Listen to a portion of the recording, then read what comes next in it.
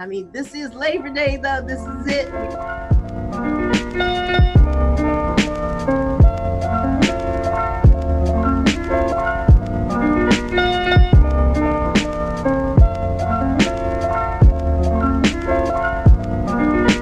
All right. You got what else you got going on today? Nothing much. Sister Rona's here. I'm an old lady, so I'm staying close to home, social distancing, breathing my own contamination and not spreading it to anyone else. And this is the time of year that I have sinus, so this is the time of year that hay fever and post-nasal drip. So I don't want to be out in public and sneeze and people go, oh, she's got the Rona, run. We might have a porch concert. There's a couple of us play instruments in my cul-de-sac, and throughout the summer what we've done is come on our porches with our instruments, or sit in the street near our cars and play our instruments. What do you play? I play the djembe, and I bought a tambourine, and I'm collecting my percussion instruments again. And I also bought, during the last, in North Carolina, they have a show, a gourd show. So during the gourd show, I bought a drum. So I bought a gourd drum from I think he was Awasiponi Nations person. So I have my drum. So I have 3 things that I can play on the porch now. Yeah. You're like the Erykah Badu of the General Assembly. you have your own style that people can't copy, like cannot copy your style. And you just like, hey, it is what it is. I'll make it do what it do. If you don't like me, there's the door. You should be my publicist. Well, I always wanted people to listen in on our conversations, because I think you and I really have like good conversations. We do. We really do. Yeah. But we always learn something from each other at the end of our conversations. And I walk away like, dang, I ain't think about it like that. That's a good idea. You know, that's, I think, the good thing about intergenerational kind of stuff. I've been around a long time. You're kind of just starting, but you have a wealth of information and technology savvy, and sometimes older people aren't quite as fluent in the technology. So we need to partner with people who are able to do that, as well as use our expertise and information to help out. Yeah. So I'd see this really good partnership. I'm so glad that you agreed to join the Orange Shirt campaign. Really, it's been great. Yeah, you've taught me a lot. I mean, there's a lot that I didn't know about the long-term unemployed. My gosh, there's a lot I didn't know. You graduated from college. You ended up starting your own business. You had your family. Then you went and worked at a school and taught. I've worked for the NAACP in Detroit, which is, they boast to be the biggest and the baddest, because they have the largest membership in the nation. And I helped to keep that legacy going when I worked there as a membership director and program director, along with, of course, Joanne Watson, who was executive director, and Reverend Wendell Anthony, who was the board president. And I also worked for the YWCA, again, as a program director. And I also did assault prevention. They spun me out to be an executive director of a project that the YW had, and it was called Women Against Rape. And I became the executive director. But I've always had jobs where I've done something to either be part of a task force or someone who writes a document that someone uses for planning or different things like that. I was laid off in 2007, and then I went into the Shifting Gears program. I think that was like in 2010 or 11. And then I started working for Jackson Hewitt into the tax season 2013. and then moved down to North Carolina. And then I found a job there that lasted for a few months. And then that was it. The tax job, of course, that's for tax season for 4 months. But I worked, I came down to Charlotte and worked for a few months. And then my mom got ill and I had to go back to Michigan. And I kind of got stuck in Michigan because while I was there, my mom passed away. And so I had stayed longer than I anticipated. So I had actually found a job and I had only worked it for about 4 months and my mom got ill. And then when she passed away, then I was there a little bit longer than I anticipated. So I had to give that job up. So then I didn't have a job anymore. So I decided, well, if I'm going to be unemployed and homeless and bouncing around, then I could do that anywhere. So I started calling friends and relatives and asking them if I can live with them or stay with them for a month or so and, look for work in those places. Now, what point did you decide to convene or to start the Orange Shirt campaign when you're going through all this? What made you say, you know what, like, I wonder who else is going through this right In about 2009, I was just really frustrated.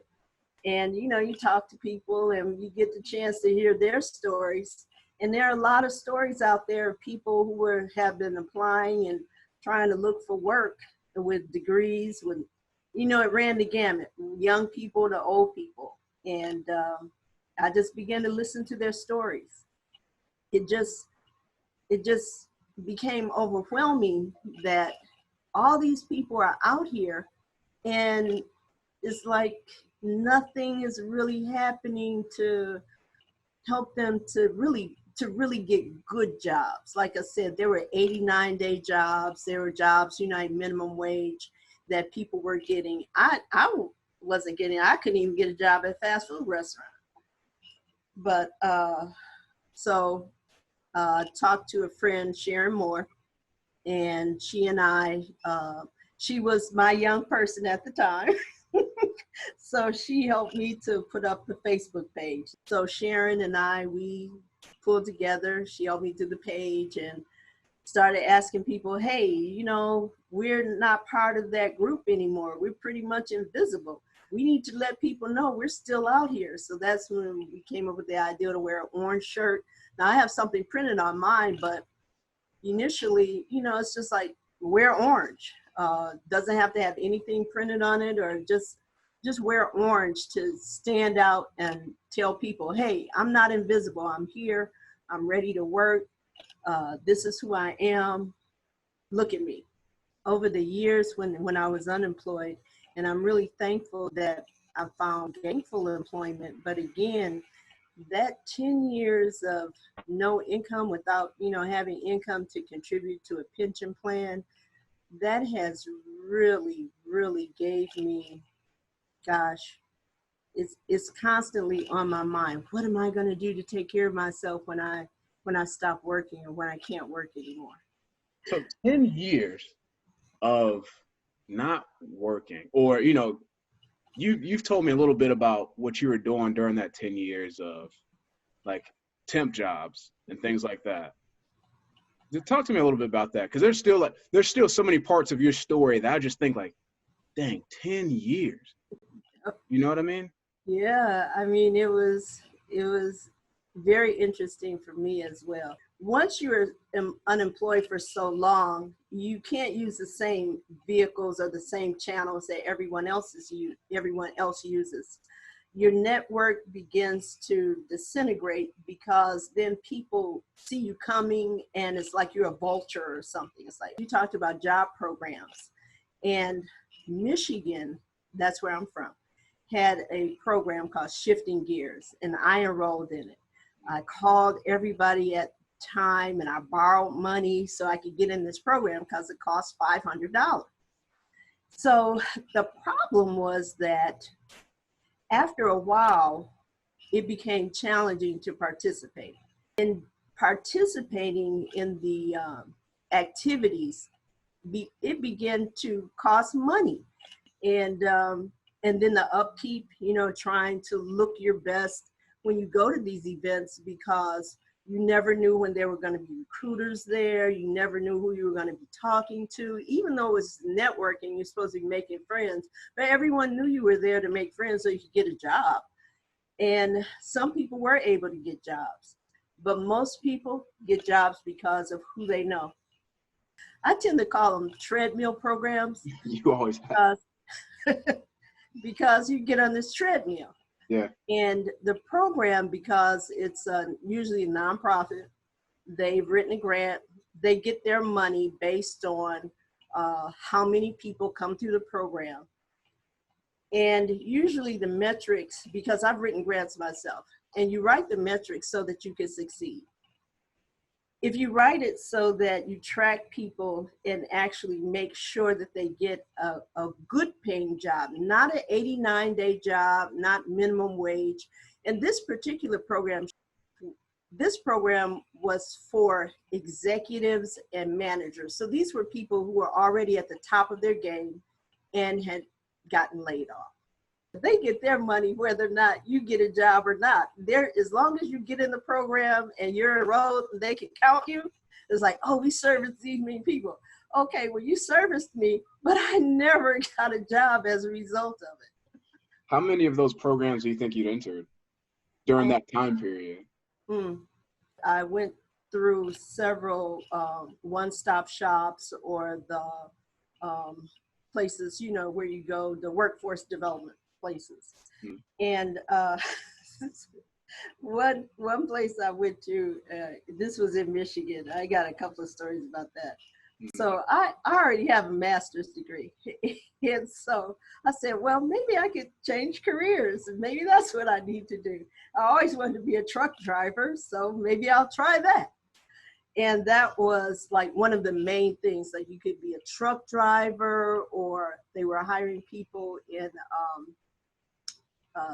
the health field. So you could be a CNA. So I said, well, maybe I could be a truck driver. So I went and applied and everything. And the process was very long and arduous, and had to take I have a master's degree, right? And I've taught K through college, but I had to take the test, the test that they have to put me at, at least the college level.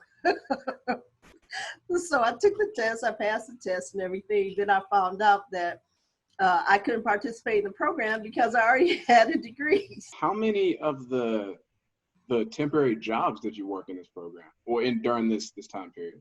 Well, that's really interesting, because I tried to get temporary jobs, but at the time, temp companies, they had a policy that if you hadn't worked in a certain length of time, that you couldn't apply with them. So there were a lot of them that I couldn't apply with. I applied, and I don't know, I could never get a job. I did go through one employment agency. I was interviewing for a job in a different county. It was Oakland County in Michigan. And I was interviewing as a GIS person, a person who would draw maps. And I have a degree in geography and concentration in cartography. So I learned how to draw maps, pen and ink. And then I also owned my own business for a short while when I couldn't find a job out of college, being a map maker. So I had the experience. I think I was about 50 years old then. But this job was going to pay me upwards of $70,000. And I was like, yes, I'll take it. And they said, no, you won't. I can't imagine just going from a period of time where it's just, whether it's for bad luck or for whatever reasons, where I just, for an extended period of time, just wasn't able to have a job. You know what I mean? Yeah. What was your thoughts about yourself? Like, what were your perceptions about yourself during this time? You begin to feel like you are an imposter, that maybe you didn't do all those great things that you did. early on in your career, or that you had made a name for yourself with as being competent, ethical, and good, good person, good worker. Maybe you don't have those skills that you thought that you had. Maybe you're not all that. Maybe you look at like, well, maybe there is something wrong with me. And then our society ties your work to your value. So of course, immediately all people feel like they're not valued anymore because they don't have a job, and um, they say that, a man's work is who he is, and, that kind of thing, or a woman's work is who she is. I learned that that's not true. Who I am and what I do are different. So when people begin to ask me, because that's one of the first things people ask you is when they meet you, they say, well, what do you do? But yeah, it begins to bother you in ways that you really don't understand. What would you say to people who say, hey, when they look at you and say, hey, you have a college degree, you have a master's degree, you can't find it, you're not able to find a job in where you want, why don't you just get another job someplace else? Those people, at that time, it was very challenging to address them because I was in that space of, well, maybe something is wrong or maybe I'm not. But I did have a girlfriend to tell me that. And she told me that on the day without knowing what I had gone through. And so she said, well, maybe your expectations are too high. Maybe you shouldn't apply for these high paying jobs. And I'm thinking like, okay, I have a college degree, so I'm applying for jobs that I wouldn't consider like high. They weren't high paying jobs as far as I was concerned, but they fit my degree and my qualifications. So I was coming down the street and I saw a sign on the Wendy's, a marquee that said that they were hiring managers. Now I had a serial entrepreneur trying to make my own money, that kind of thing. And during the recession, that wasn't working. So I went into the Wendy's and I asked for an application, and the young lady asked me, do you have cashier experience? And I said, no, I don't. She said, well, I can't give you an application. I said, well, I've owned a business before, and well, the owner told me to only give applications to people with cashier experience. My friend told me to lower my expectations. And after she left, I cried. I literally cried for, I don't know how long, the rest of the day. I think I cried myself to sleep. What is it that you do now? Well, now I work for a politician in the state of North Carolina. And what I do is pretty much, I call it it's a clerical position, but I do have to think and use some of my strategic brain cells up there. I still have some of those. So I make sure that my member is well taken care of, that I am the first person that people hear and interact with in the office. So I always make sure that he's seen in a good light. I am responsible for helping constituents with problems that they have. And I just make sure that my member is on time, that he's prepared, and that he looks good. But what is the situation that you're going through? And what are your plans?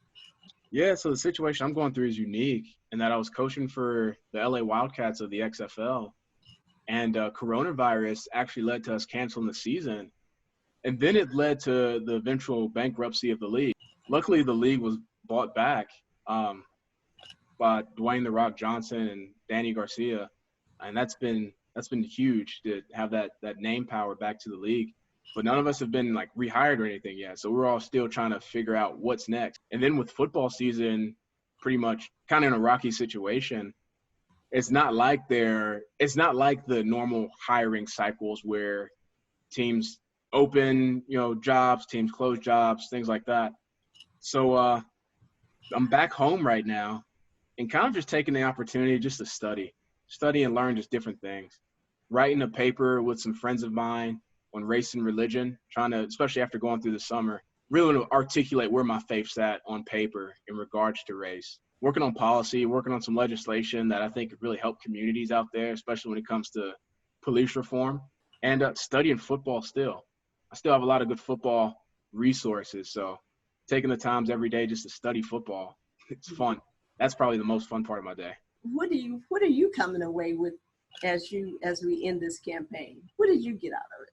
I think the biggest thing that I got out of it, one, it's a bigger problem because it really does go unreported. When you look at the Bureau of Labor Statistics and what is reported with the national unemployment rate, the national unemployment rate is reported through the U3 scale.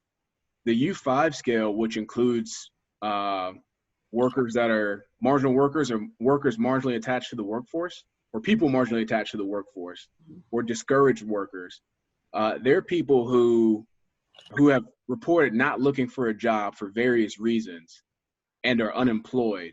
And normally that percentage is 1% higher than the national unemployment rate. I think what's been unique for me too is finding these different networks like the New Start Career Network through Rutgers that do have groups of people who have been long-term employed and just giving tips to each other about how to find jobs. Like one person read resumes and she ended up getting a job as in HR for a company. So she reads resumes for a living now. That's her new job, to read resumes. And she came back to the group and said, "Hey guys, I just got this job." And everyone's, congratulations, you got the job. And she also said, "Yeah, now you guys can send me your resumes and I can help you edit your resumes and send them to the right people too." So it was like this unique network of people who've gone through these situations and started their own community, similar to what you've done with the Orange Shirt campaign. And they help each other and they give back to each other because they understand the struggle that they've gone through. That's where I interjected myself. I mean, my background as a coach is I'm not content until I see people living their lives to their fullest. But I'm always like, oh, so you've been unemployed for a certain amount of time. Let me give you as many resources as possible because there is a network that wants to make sure that you're living your best life as you go through this. And just being able to find those resources. And the 211 Center, my goodness, North Carolina 211, the amount of resources that they offer to people who need living assistance, rent assistance, food assistance, utility assistance, and job and employment assistance too. I'm not sure if it's utilized to the fullest extent. Matter of fact, I know it's not utilized because they racked up preparing it for more people to utilize it. The number of Ivy League schools that offer free classes is amazing. Harvard, Yale, Penn, just those schools alone, like they offer a lot of free classes. And I think that's kind of where I want to change the direction when people think of job programs or, things like that. That a lot of times the community colleges and these free classes are kind of where everything's shifting to, like how to use Microsoft, the best ways to use Microsoft Office or coding or just different utilizations of technology are being taught and offered by entities or universities that are the best in the country. Yeah, I want to keep pushing people to those resources. What kind of policy things, because I know we have been asked that before, and you were always pushing to go with a step further. I don't think the answer is in policy. The politicians who care about their districts or their communities, their jobs and what they pride themselves in are to go back and bring jobs back to their district. The disconnect is that I don't always think people realize that those jobs are there and don't necessarily go after those jobs, whether they believe they have the skill or not, or if they think they're prepared. I don't know if they're always feel like they're equipped enough to go for those jobs or know that those jobs are there to go after. And that's why I think it's so much more communal. Oh. I think it's communal that groups of people come together and say, hey, this job's over here, or this job's over there, or I recommend this person, or hey, I heard about this job over here. And I think it's ownership has to be taken by business owners to say, hey, I see that this person was born in this date. Well, let's be quite honest with it. You know, it's 2020. I see that this person's been born in this date. They may be a little bit older. I don't, you know, whatever excuse they want to make for that person when they see that resume. I think take a look at that person and see the quality of their experiences, not necessarily the year that they were born, and let that be the guiding factor, one of the guiding factors that are decision makers to hiring that person. You know, you talk a lot about resilience and, you know, that whole ideal of bouncing back and stuff. And I think that in all of us, we have a spirit of, I got to do something. I got to lay down and rest and cry and, you know, like lick my wounds right now, but I'm going to get up. Now, some people, their get up is like, I'm crawling on my knees. Some people are, you know, like, okay, I can stand up, but I'm walking slow. And some people are able to just jump up and just, you know, get going. And I've always been the kind of person that believed that if it was an obstacle in front of me, that I just had to think of a way to get around that obstacle, go through the obstacle or over it or whatever I had to do. I just want to thank you again for being with us this year on the Orange Shirt campaign. I hope that you will next year consider not maybe partnering with us, but still coming on and helping us to spread the word in your new coaching job, which you're going to have. And don't forget to send me tickets to get there and to the game. I got you. That's right. I appreciate it. Well, I'm excited to wear this orange shirt on Labor Day, and I'm glad we've been able to do some good things. I think we helped people. I think we left something for people to go back to. All right.